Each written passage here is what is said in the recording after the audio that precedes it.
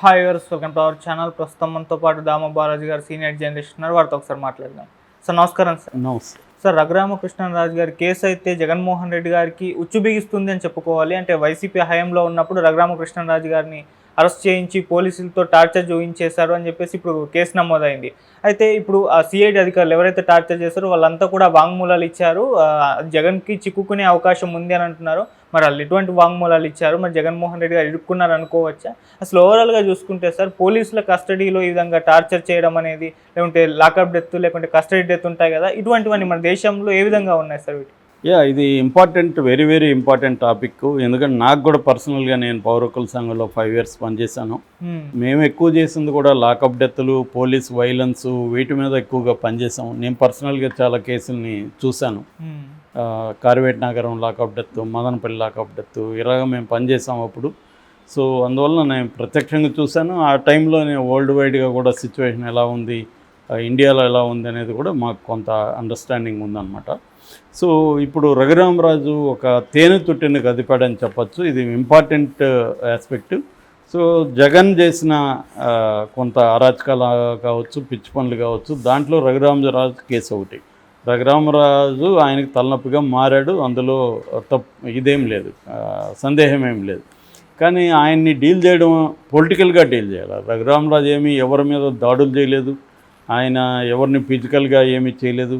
ఆయన ఎంతసేపు అయినా మాట్లాడుతూ ఉన్నాడు. కూర్చొని మాట్లాడడమే ఆయన చేసిన పని. దానికి వీళ్ళు కూడా కూర్చొని మాట్లాడాలి, కౌంటర్ చేయాలి. రాజకీయాల్లో అదే జరగాలి. డిబేట్స్ ఉండాలి, వాద వివాదాలు ఉండాలి. మన అభిప్రాయం మనం చెప్పినట్టే వాళ్ళు కూడా మన మీద కూడా అభిప్రాయం చెప్పే హక్కు ఉంటుంది. సో జగన్ని విమర్శించకూడదు అనేది ఏం లేదు కదా. రఘురామరాజు చేసింది ఏంది, జగన్ విమర్శిస్తూ ఉన్నాడు. జగన్ చేయాల్సింది కూడా తన మనుషుల ద్వారా కానీ రఘురామరాజు మీద కౌంటర్ చేయాలి, విమర్శించాలి. అంతేగాని ఆయన మీద ఒక పనికిమాలిన బ్రిటిష్ కాలం నాటి రాజద్రోహం నేరం, సెడిషన్ అంటారు, సెడిషన్ కేసు పెట్టి ఆయన్ని అరెస్ట్ చేయడం ఖచ్చితంగా డేంజరస్. అది పిచ్చి పని, అరాచకం కూడా. అది చేశాడు. అదే కాకుండా సిఐడి వాళ్ళ ద్వారా అతను తీసుకెళ్ళి అతన్ని కొట్టారు అనేది ఈయన ఆరోపిస్తున్నాడు. వాళ్ళు కొట్టలేదంటున్నారు. కానీ నేనైతే రఘురామరాజు వెర్షన్ నమ్ముతున్నాను. ఎందుకంటే పోలీసులు జనరల్గానే ప్రత్యర్థులనే కాదు, మామూలుగా కూడా ఇప్పటికి కూడా ఇన్వెస్టిగేషన్ అంటేనే అనుమానితులు తీసుకెళ్ళి కొట్టడం అనేది రెగ్యులర్గా జరుగుతుంది. దానికి నేను పోలీసులను వ్యక్తిగతంగా నిందించను. సిస్టమ్ అలా ఉంది. నేను పలమనేరు జైల్లో 3.5 months ఉన్నా, తర్వాత చిత్తూరు జైల్లో ఉన్నాను. పలమనేరు జైల్లో ఉన్నప్పుడు నా పక్కనే జైలుకి ఆనుకొని దగ్గరలోనే క్రైమ్ స్టేషన్ ఉండేది, క్రైమ్ పోలీస్.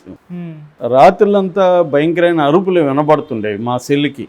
వాళ్ళు ఒక 4 రోజుల తర్వాత వచ్చేవాళ్ళు, ఒక 4-5 మంది ఇట్లా దొంగతనం కేసులు. ఇట్లా వాళ్ళని చూస్తే మొత్తం ఈ చేతులకి అంత గుండు సూదులు గోర్లల్లో గుచ్చడం, ఇవన్నీ వాళ్ళు చూపించేవాళ్ళు. సార్ ఏం జరిగింది, మీరైనా అరుస్తూ ఉండింది అంటే అవును సార్ అని చెప్పి ఇవన్నీ చూపించేవాళ్ళు. అంత ఘోరంగా వాళ్ళు టార్చర్ చేయడం అనేది ఉంటుంది. కాబట్టి రఘురామకృష్ణరాజుని టార్చర్ చేసి ఉండరని అనుకునేదానికి లేదు. చేశారో లేదు తెలియదు, కానీ పాజిబిలిటీ గురించి చెప్తున్నా. పాజిబిలిటీలో చేసి ఉండే అవకాశం ఉంది. ఇప్పుడు కూటమి ప్రభుత్వం వచ్చింది కాబట్టి రఘురామరాజు పోయి గుంటూరులో కేసు పెట్టాడు. ఆ కేసులో అప్పటి సిఐడి అధికారులు ఇరుక్కునే పరిస్థితి కనిపిస్తుంది. ఇది మరి సిఐడి అధికారుల వరకే ఉంటుందా, జగన్ వరకు వెళ్తుందా అనేది కూడా చూడాలి. సో ఇప్పుడు కొత్తగా నిన్న వచ్చిన ఒక వార్త ఏంటంటే సిఐడి సిబ్బంది, అప్పట్లో ఉన్న సిఐడి సిబ్బంది వాంగ్మూలాలు ఇచ్చారని చెప్తున్నారు. గుంటూరు పోలీసులకి వాంగ్మూలాలు ఇచ్చారు. ఆ వాంగ్మూలాల్లో కొన్ని సంచలనమైన విషయాలు తెలిసాయి.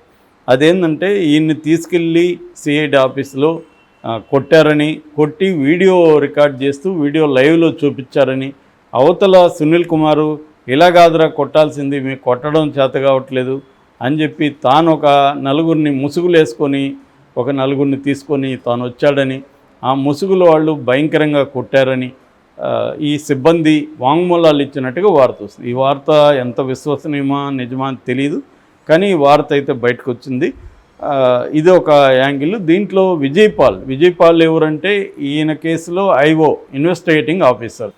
ఆయనకి ఆల్రెడీ హైకోర్టు ముందస్తు బెయిల్ కూడా రద్దు చేసింది. కాబట్టి విజయపాల్ ఫస్ట్ ఇరుక్కోబోయేది Vijayapal. Next Sunil Kumar CID chief అప్పుడు. సో ఈ విజయ్ పాల్ ఇన్వెస్టిగేటివ్ ఆఫీసర్ కాబట్టి ఈయన ఆధ్వర్యంలో కొట్టారు. ఆయన కూడా సునీల్ కుమార్ పర్సనల్గా ఒక నలుగురిని తీసుకొచ్చి ముసుగులేసి ఈయన కొట్టారు. మామూలుగా పోలీసులు ఎలా కొడతారంటే బయటికి దెబ్బలు కనపడవు, బయటికి బ్లడ్ రాదు, కదుములుగా అయిపోతాయి. ఒక్కోసారి బాడీ మీద మేము చూసేవాళ్ళం అప్పుడు పోలీసులు, షర్ట్ ఇప్పితే మొత్తం నల్లగా కదుములు అయిపోయి ఉంటుంది, మనకి చూడడానికే భయం వేస్తూ ఉంటుంది, ఇంతంతలావు కదుములు అయిపోయింది, అట్లా కొడతారన్నమాట. అలా ఈయన్ని కూడా అరికాళ్ళ మీద వాటి మీద కొట్టినట్టుగా చెప్తున్నారు. సో వీళ్ళు ఇప్పుడు ఒప్పుకున్నారు. అట్లాగే అప్పట్లో గాయాలు ఏమీ లేవని సర్టిఫై చేసిన Prabhavati Guntur government medical college government hospital GGH అంటారు, ఆ జీజీహెచ్ సూపరింటెండెంట్ ప్రభావతి సర్టిఫికేట్ ఇచ్చింది. ఇప్పుడు వాళ్ళు కూడా డాక్టర్లు కూడా ప్లేట్ ఫిరాయించి మమ్మల్ని భయపెట్టి అలాంటి సర్టిఫికేట్లు తీసుకున్నారు. ఆయన మీద ఒంటి మీద గాయాలు ఉన్నమాట వాస్తవమని వాళ్ళు కూడా వాంగ్మూలం ఇచ్చారని చెప్తున్నారు. ఇది కానీ జరిగితే మాత్రం ఖచ్చితంగా ఈ అప్పట్లో ఉన్న సిఐడి అధికారులంతా కూడా ఇరుక్కునే అవకాశం ఉంది. ఇది గుణపాఠంగా తీసుకొని ఇప్పుడున్న సిఐడి ఇప్పుడు కూడా వీళ్ళు మళ్ళీ కేసులు పెడుతున్నారు కదా జగన్న టీం మీద, సిఐడి వాళ్ళతోనే పెట్టిస్తారు వీళ్ళు. ఎందుకంటే స్టేట్లో అత్యున్నత ఇన్వెస్టిగేటివ్ ఏజెన్సీ అంటే సిఐడిని. సో ఇప్పుడు వాళ్ళు కూడా సిఐడి మళ్ళీ వాళ్ళని అరెస్ట్ చేయడం అనేది మానుకోవాలి. ఇప్పుడు తెలుగుదేశానికి అనుకూలంగా ఇప్పుడు పోలీసులు వ్యవహరిస్తే మళ్ళీ వైసీపీ వచ్చి ఇదే చేస్తుంది. ఎందుకంటే ఇప్పుడు గతంలో వైసీపీకి అనుకూలంగా పోలీసులు వ్యవహరించారు కాబట్టి తెలుగుదేశం కూటమి ప్రభుత్వం వాళ్ళ మీద చర్యలు తీసుకోవడం మనం జత్వానీ కేసులో కూడా చూసాం.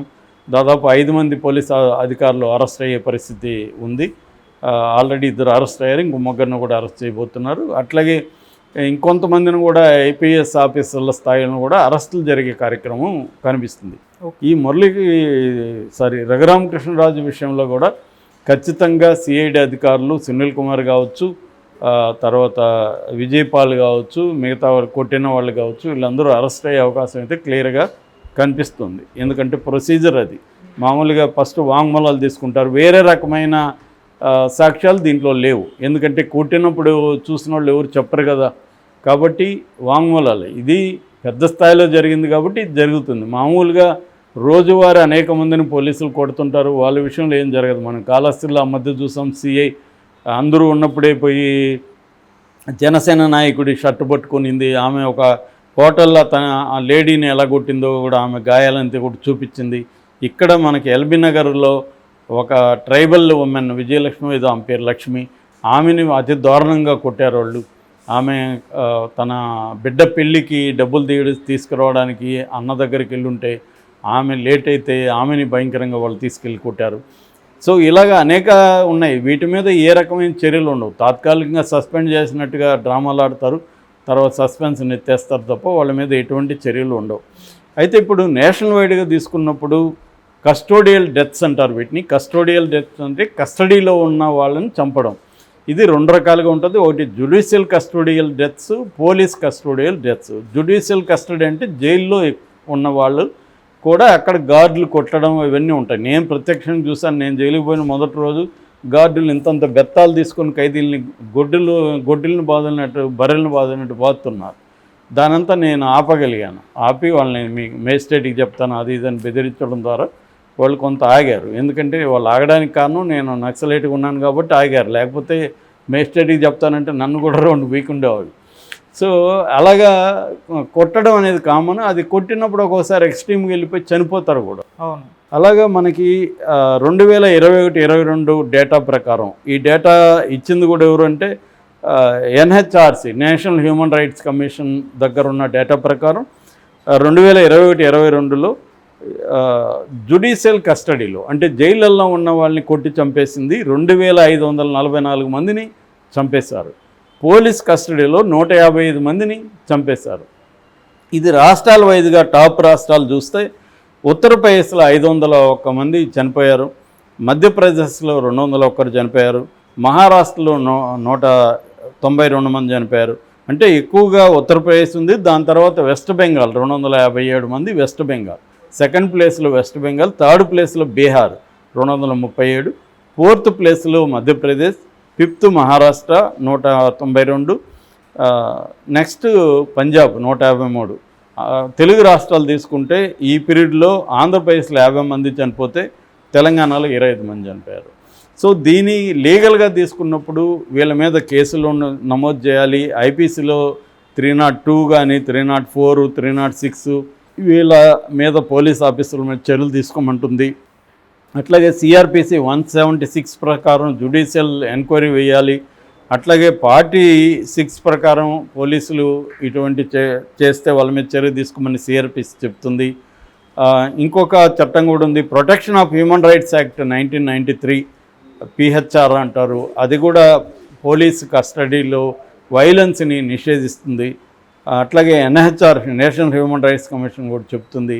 Amnesty international every year data చెప్పి ఎవ్రీ డీటెయిల్గా వాళ్ళు కూడా కలెక్ట్ చేస్తారు. అయినా కూడా ఇది జరగట్లేదు.